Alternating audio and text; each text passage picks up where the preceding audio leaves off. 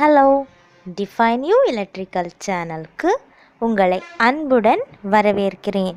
நீங்கள் இதுவரைக்கும் என்னுடைய சேனலை சப்ஸ்கிரைப் பண்ணலைன்னா மறக்காமல் இந்த வீடியோ கீழே இருக்கிற இந்த சப்ஸ்கிரைப் பட்டனை ப்ரெஸ் பண்ணுங்கள். பக்கத்தில் இருக்கிற இந்த பெல் ஐக்கானையும் நீங்கள் ப்ரெஸ் பண்ணிங்கன்னா நான் புதுசாக வீடியோஸ் அப்லோட் பண்ண உடனே உங்களுக்கு பார்க்கலாம். இந்த டைட்டில் பக்கத்தில் இருக்கிற இந்த ஆரோவை நீங்கள் ப்ரெஸ் பண்ணிங்கன்னா டிஸ்கிரிப்ஷன் பாக்ஸில் நான் ஏதாவது டிஸ்கிரைப் பண்ணியிருந்தேன்னா அதையும் உங்களுக்கு பார்க்கலாம். இது மாதிரி இன்னும் நிறைய வீடியோஸ் வேணும்னா மறக்காமல் இந்த வீடியோவை நீங்கள் லைக் பண்ணுங்கள். வீடியோவை கடைசி வரைக்கும் பாருங்கள். Analog to digital converter or A to D converter. This converter converts analog input signals into n-bit digital word output. Okay. There are different types of analog to digital converter. One among them is the feedback type converter. This is the diagram for feedback type converter. This feedback type converter consists of a comparator, up or down counter, then digital to analog converter. Okay. So what the use of this comparator is, this comparator circuit provides an output that assume one of the two distinct values, positive when the difference input signal is positive, negative when the difference input signal is negative. Then this up or down converter is simply a counter that can count either up or down depending on the binary level applied at its up or down control terminal. This A to D converter employs a DAC in its feedback loop. So it is usually called a feedback type converter. Okay. Here there is a feedback loop. So it is called a feedback type A to D converter.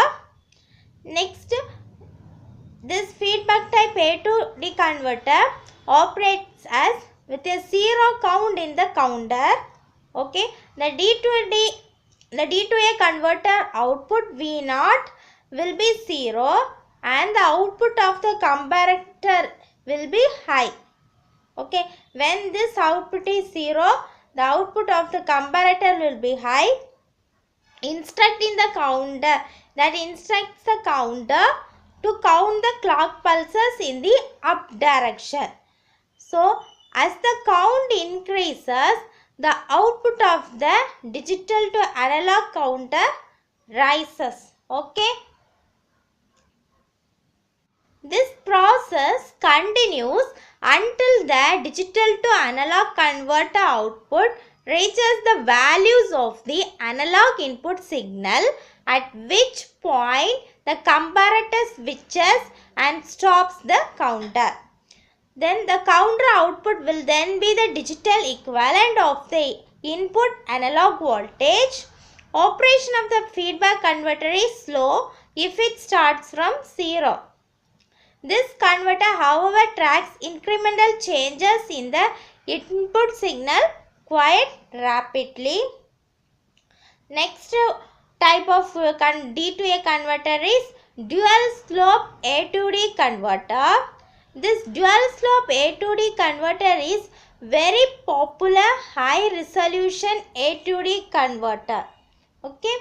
So here this VA, this analog voltage VA is assumed to be negative. Next, in the circuit diagram, when switch S2 is closed, the discharging capacitor discharges and V1 will be 0. So the conversion cycle begins with opening S2 and connecting the integrator input through which S1 to the analog input signal through switch S1. Okay. Next, since we assumed VA to be negative, right? So our current will be VA by R will flow through R in the direction away from the integrator, since this is assumed to be negative. Thus, V1 rises linearly with a slope of I by C equal to VA by RC. Simultaneously, the counter is enabled and it counts the pulses from a fixed frequency clock. This phase of the conversion process continues for a fixed duration T1. Then this phase ends when the counter has accumulated a fixed count duration T1. For a n-bit counter, n reference equal to 2 power n, denoting the peak voltage at the output of the integrator as V peak by T1 equal to VA by RC. At the end of this phase, the counter is reset to 0. This is the circuit diagram for dual slope A to D converter. Next, this is the graph for the dual slope A to D conversion method. Okay, here there are two phases, phase 1 and phase 2. Previously we saw about phase 1. Next we can see about phase 2.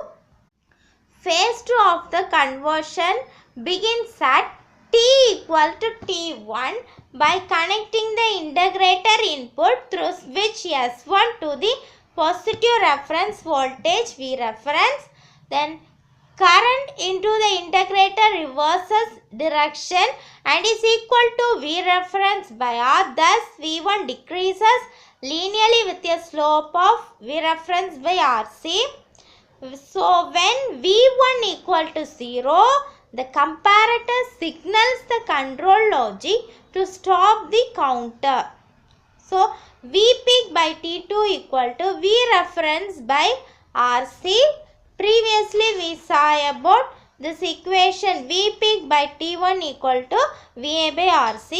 So, comparing these two equations, we get T2 equal to T1 by VA by V reference. T2 equal to T1 into VA by V reference. So, since the counter reading n reference at the end of the T1 is proportional to T2, we have n reference into VA by V reference. Okay.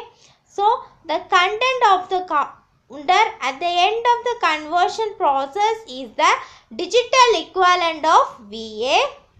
The dual slope converter features high accuracy since its performance is independent of the exact values of R and C resistor and capacitor.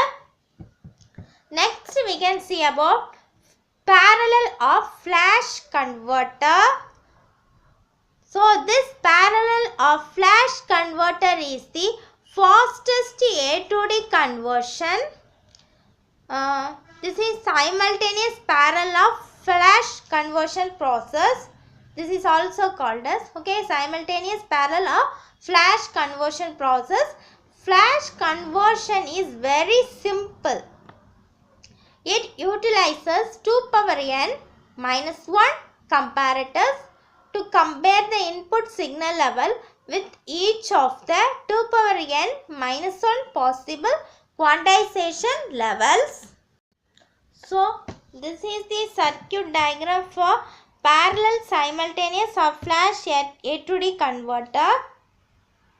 Here, the outputs of the comparators are processed by an encoding logic block to provide the n bits of the output digital word. A complete conversion can be obtained within 1 clock cycle. Although flash conversion is very fast, the price paid is a rather complex circuit implementation. So this is the circuit diagram for parallel simultaneous or flash A to D conversion.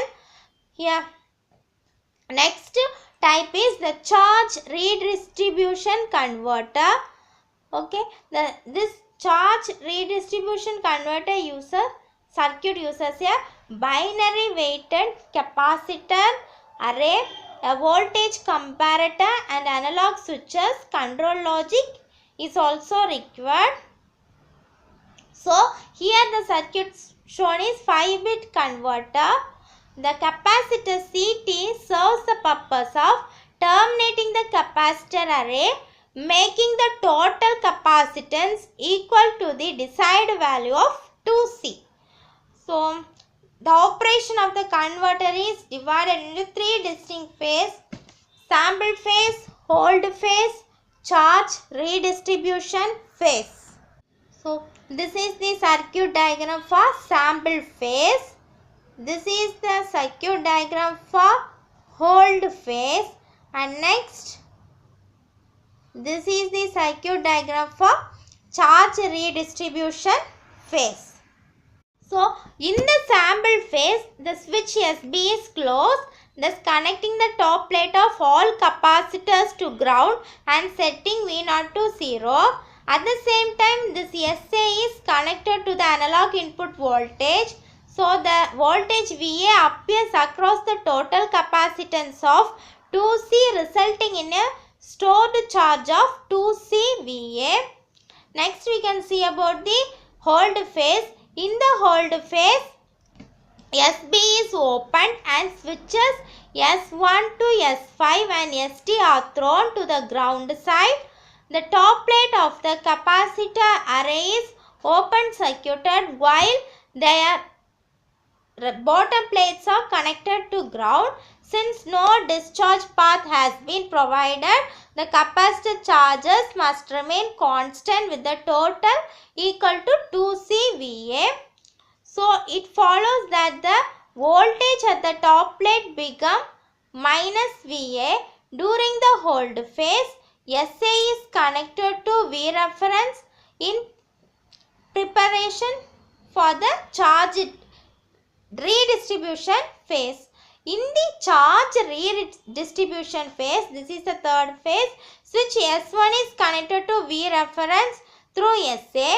The circuit then consists of V reference, a series capacitor C and a total capacitance to ground of value C. So this capacitor divider causes a voltage increment of V reference by 2 to appear on the top plates. If VA is greater than V reference by 2, the net voltage at the top plate will remain negative, which means that S1 will be left in its new position as S2 is move on. If VA was smaller than V reference by 2, then the net voltage at the top plate would become positive. The comparator will detect this situation and signal the control logic to return S1 to its ground position and then move on to S2. Next, S2 is connected to V reference, which causes a voltage increment of V reference by 4 to appear on the top plate. During the charge redistribution phase, the voltage on the top plate will be reduced incrementally to 0. Next, the particular configuration that already I have drawn is for the values of D equal to 0, 1, 1, 0, 1. D equal to 0, 1, 1, 0, 1. So at the end of the conversion process, all the charges is stored in the capacitors corresponding to 1 bit, 0 bit capacitor have been discharged. If it is 0 bit, capacitor have been discharged. So the accuracy of this A to D conversion is independent of the value of stray capacitance from the bottom plate of the capacitors to ground. So the insensitivity to stray capacitance make the or the redistribution technique a reasonably accurate method capable of implementing A to D converters with as many as 10 bits. That's all about A to D conversion process. Please like this video for more such videos. Thank you for watching.